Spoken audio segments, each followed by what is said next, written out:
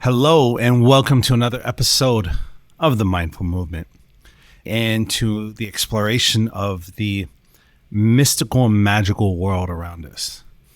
And today, as you can see in the title, we are going to dive into the enigmatic world of cats. These creatures have captivated human imagination for centuries. They've been revered for quite literally millennia. But have you ever wondered why they're associated with mystery, independence, magic, and all of the things? Well, we're going to take a look at that. We're going to look from the ancient temples of Egypt to Japan, and we're going to see how they have woven their way into the fabric of our culture and our everyday lives. So join us as we unweave maybe this rich tapestry of cats, break it down and see the symbolisms across the different civilizations. We can meet the deities and the legends that have honored these fascinating creatures, and we can discover how to bring their powerful qualities into our life. But before we get into that, you might be wondering, why are we even talking about cats? How did this happen? You go from talking about synchronicity to cats. If you think of it in a more, if you go in the spiritual realm, we'll see that they're actually pretty spiritual creatures. But it's actually a little bit more entertaining. About a month ago, actually right after my last episode, I decided to go on Instagram. And if you don't follow me on Instagram, it's _mindful movement. Basically the same thing as YouTube. And I just put a brief poll. Did you guys want to hear more about synchronicity and how Wolfgang Pauli and Carl Jung actually formulated that? Because I really want to go into that. Then we have Hermeticism and how it affected the Celtic cultures. But that poll, I put a third option, and that option was cats. And I think there was 12 votes. Right? And an overwhelming majority, there's maybe 2 votes, 2 of the 12 votes, voted for something other than cats. I decided, okay, let's honor it. Let's make an episode about cats, but let's do it in the style of the mindful movement. So we're going to jump right in. I told you that we're going to cover the parallels, the meanings throughout the centuries. So that's what we're going to do. And if you're thinking about ancient civilizations, and I think the first one that may come to mind is ancient Egypt. But do we know why cats were revered? In the research that I had to do, because I actually had to do a lot of research for this. That's one of the reasons why it took so long.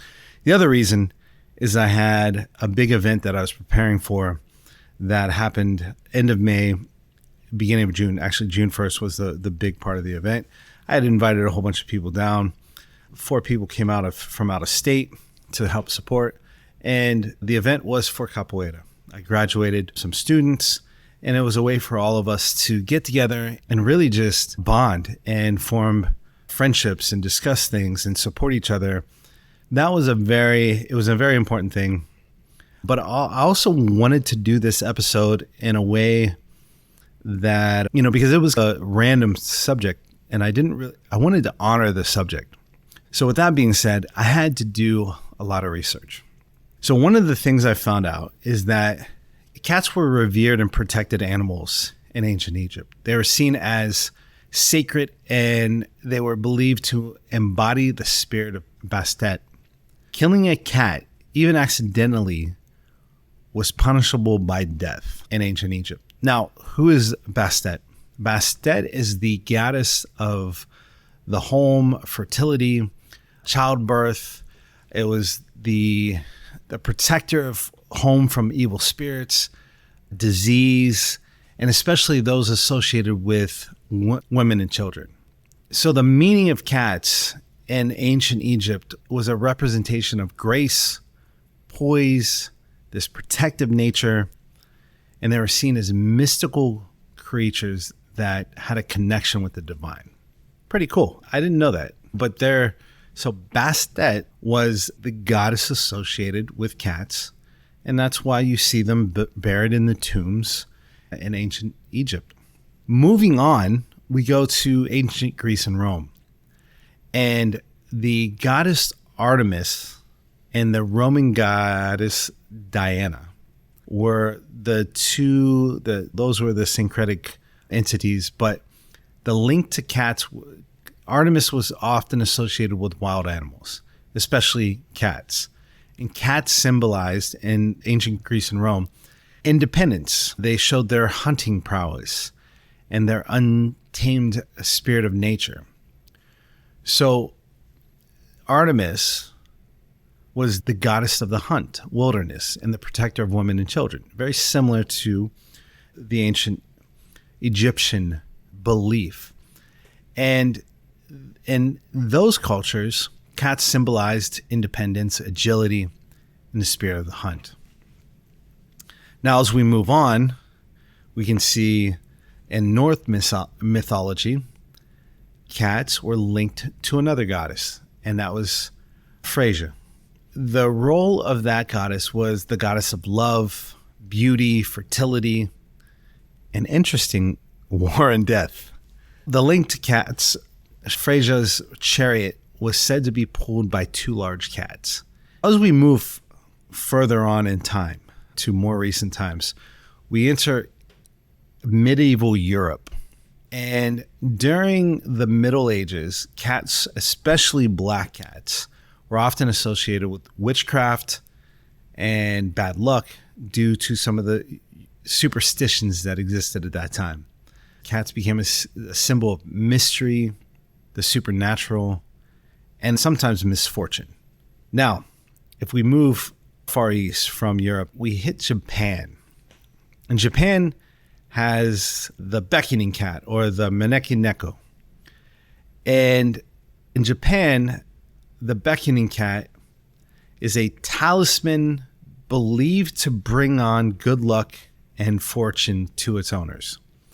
The beckoning cat is often depicted as a cat with one paw raised in its beckoning gesture. Cats symbolize good luck, prosperity, and protection from evil spirits, which is why you see them in a lot of establishments. Now, this one was a complete surprise. I did not know this. I knew about the beckoning cat. I knew about medieval Europe. I'd heard about ancient Egypt, but this one really took me by surprise. As we come back west from Japan, we enter Islamic culture. In Islamic culture, cats are admired for their cleanliness. The Prophet Muhammad had a great fondness for cats, which makes sense why harming a cat is considered a grave sin. So cats in the Islamic culture symbolize cleanliness, mercy, and care. What a beautiful thought. Now, moving to current day, cats tend to be a symbol of independence. They're self-reliant. They're usually seen to be antisocial, and things are on their terms. Cats also carry that medieval meaning of mystery and magic. Cats, they've kept that association even in literature and media as these magical or mystical creatures. That just reminds me of Bewitched. That was an old TV show. I can't remember the cat's name. It was a primary character within that show. And still to this day, cats are admired for their graceful movements and poise. Even in movement, classes tend to try to embody the grace and the poise of cats. Another characteristic of cats, especially in modern day, is the idea of curiosity. We have a phrase, especially in the US in English, that said, curiosity killed the cat, right? And that reflects a cat's inquisitive nature. Now, if we were to draw some parallels between historical lore and modern symbolism, we can see that, again, independence has been a common theme throughout both ancient and modern interpretations, and see cats as these symbols of independent entities, this energy. They become this archetype that represents independence.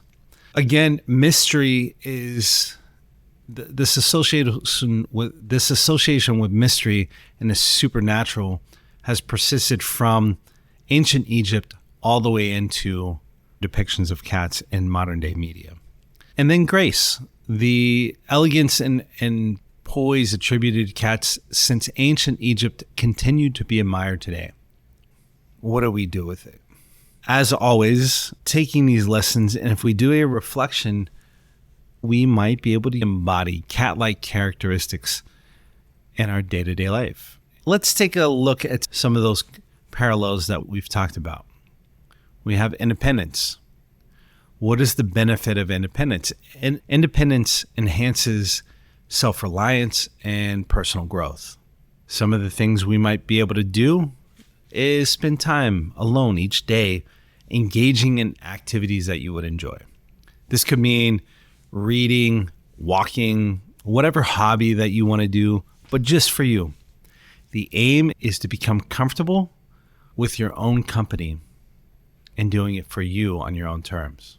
Another one of those things that we can embody is curiosity.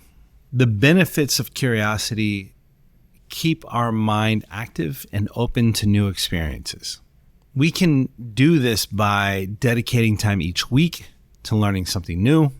This could be a new language. It could be a musical instrument or a new topic of interest. But keeping that mind curious, poking our nose, poking things to see if they're going to fall, to see how they're attached. This will keep our mind active and open to new experiences, which ultimately will lead to growth. How about the grace and poise? Some of the benefits of grace and poise improve physical grace, but also a mental calm. Practicing mindful movements through yoga, tai chi, capoeira, special capoeira, it will allow you to focus on the fluidity and the elegance of your movements. Cats are pretty graceful and very specific with how they move and can pretty much handle whatever's thrown at them. I can't help but to think of their reflexes, the reels that show them how they just basically slap a snake in the face or move out of the way within milliseconds of the snake's attack. And the cat is just relaxed and calm, chill, not too alarmed because it's very confident in its ability. Then there's the idea of mystery and magic. This is an interesting one, especially within capoeira, because magic is definitely a term and a concept that we talk about, but not necessarily in a hermetic form or in the could be sleight of hand. But this is more about a practical benefit of creativity that allows for self-expression, especially the mystery side of it. Engaging in creative activities like writing, painting, storytelling, again, capoeira, allow your imagination to explore the mystical and the unknown. Poetry and a lot of the abstract, like painting, even just creating a fictional story, can allow you to really channel the imagination, enhance your creativity, and just allow yourself to express yourself in ways that you may not normally do. Over the years, cats have always kept some sort of protective characteristic within their archetype.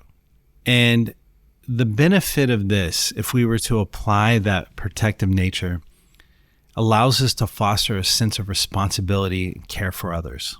How would we do this? One way we can start embodying this is by being vigilant about your environment and be aware of the well-being of those around you. This could be through community service or simply just being a supportive friend or family member. So, by understanding and embodying these characteristics, we can draw from the rich symbolism of cats to enhance our day-to-day life with independence, curiosity, grace, mystery, and a protective nature. This may have been a short episode, but I think it was a very interesting one. I've learned a lot about cats. And to be honest, I feel like even though I'm allergic to them, I feel like I want to spend more time around them, just watching them, being able to appreciate them, and looking at them again through these lenses to see if I can see the things that cultures from thousands of years could see in them. As you interact with a cat, try to put yourself in the eyes of someone who lived in ancient Egypt. Try to see their grace, their poise. Try to understand their protective nature. Try to see why they may have linked them to a goddess of home and fertility and childbirth and a protector of evil spirits. Try to see why multiple cultures saw them as protectors of women and children. Try to understand why the Norse saw them as both a symbol of fertility and war, but of also of love. I think these exercises give us opportunities to see something as simple as a cat or as complex as a cat in a new light. That is the episode. I hope you enjoyed it. And if you like this episode, of course, subscribe, hit the bell, do all of those things. Thank you for being patient. I know this one took a long time. We'll be back. I'll have one out shortly, I'm hopeful. I've been also working on a couple other notes for some future episodes. But again, thank you very much. If you like it, again, subscribe, and I'll see you soon.